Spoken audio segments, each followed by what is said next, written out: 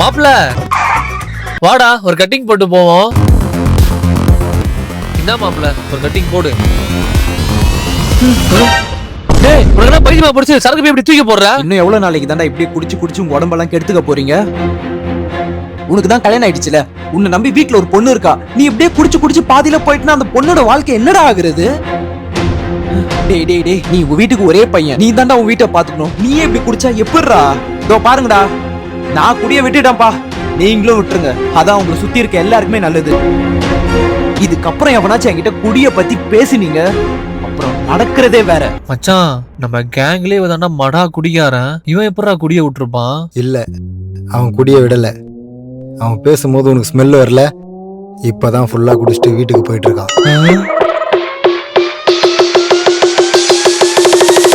குடிகாரன்